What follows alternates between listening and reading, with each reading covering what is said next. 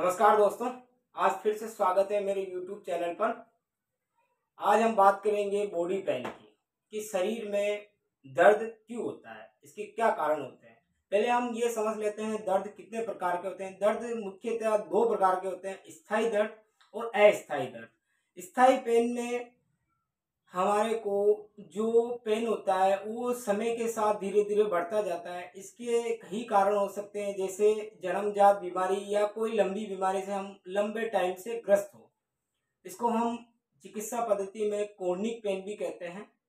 दूसरा पेन होता है अस्थायी पेन, जो कुछ टाइम के लिए, कुछ समय के लिए या कुछ दिनों के लिए होता है।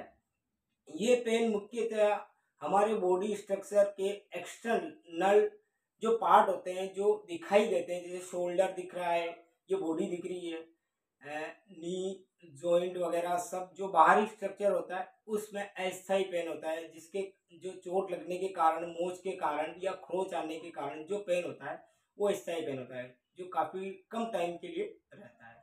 ये पेन हमारी बॉडी में, हमारे स्ट्रक्चर जो बनाया हुआ है उसमें जो नसें हैं वो करंट की तरह दौड़ती है, वायर की तरह काम करती है। जब हमारी नसों में जो रक्त है, उस रक्त का दबाव अगर उच्च स्तर पर या निम्न स्तर पर होता है किसी जगह बॉडी पे, उसी प्रेशर के कारण भी हमारे को दर्द होता है। और कुछ कारणों से हमारी बॉडी में जो सेल्स बनती रहती है वो सेल्स मर जाती है, उसके कारण भी हमारे को पेन होता है। इस पेन को, दर्द को कम करने के लिए हमें जितना हो सके इतना व्यायाम करना चाहिए, योगा करना चाहिए। और मुख्यतः हमारे जोड़ों, हमारे टखने, हमारे जहाँ भी जोड़े हों, टखने हों, नी हो, उस जगह पेन का कारण होता है यूरिक एसिड। यूरिक एसिड वो चीज़ होती है जो हम भोजन ग्रहण करते हैं, उसमें कहीं पदार्थों में यूराइन पाया जाता है। वही यूराइन यूरिक एसिड का रूप ले लेता है।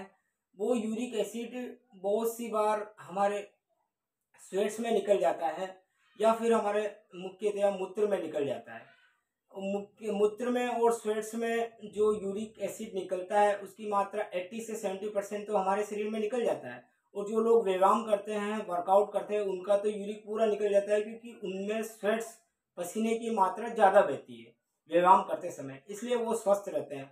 और जिन लोगों में यूरिक एसिड ज़्यादा बनता है, या यूँ कहते हैं कि जो 80% 70% मूत्र के द्वारा या फिर स्वेट्स के द्वारा निकल जाता है, उसमें से जो 20% बचता है वो अपने जहाँ जहाँ अपनी बॉडी के स्ट्रक्चर में जोड़ होते हैं, जहाँ दो बॉडी के स्ट्रक्चर मिलते हैं, जैसे ये उंगली हो गई, जैसे ये एल्बो एल्बो हो गया, जैसे ये नी हो गई, इस जगह वो यूरिक एसिड धीरे धीरे जमा होने लगता है और वो अपने ग्रसन को कम करता है और धीरे धीरे बॉडी में पेन होने लगता है। इस यूरिक एसिड को कम करने के लिए जितना हो सके हमें हेल्दी फ्रूट खाना चाहिए और मीठे को जितना हो सके अवॉइड करना चाहिए, क्योंकि मीठे से ही सबसे ज़्यादा यूराइन एसिड प्राप्त होता है हमारी बॉडी में, और वही यूराइन एसिड यूरिक एसिड का रूप ले लेता है और हमारी बॉडी में पेन उत्पन्न करता है।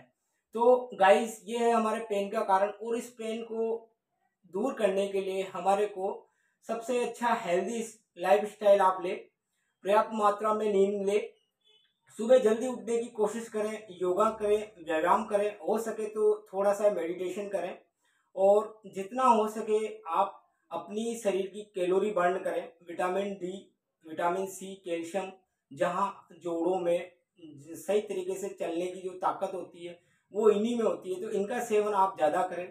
लच्छेदार रस या फिर लार युक्त जो पदार्थ होते हैं उनका सेवन आप ज़्यादा कर सकते हैं। पानी आप ज़्यादा पिए, ज़्यादा मात्रा में पिए, और इसके साथ अपने बॉडी का ध्यान रखें। नमस्कार। आपको जानकारी अच्छी लगी हो तो please like and subscribe my YouTube channel.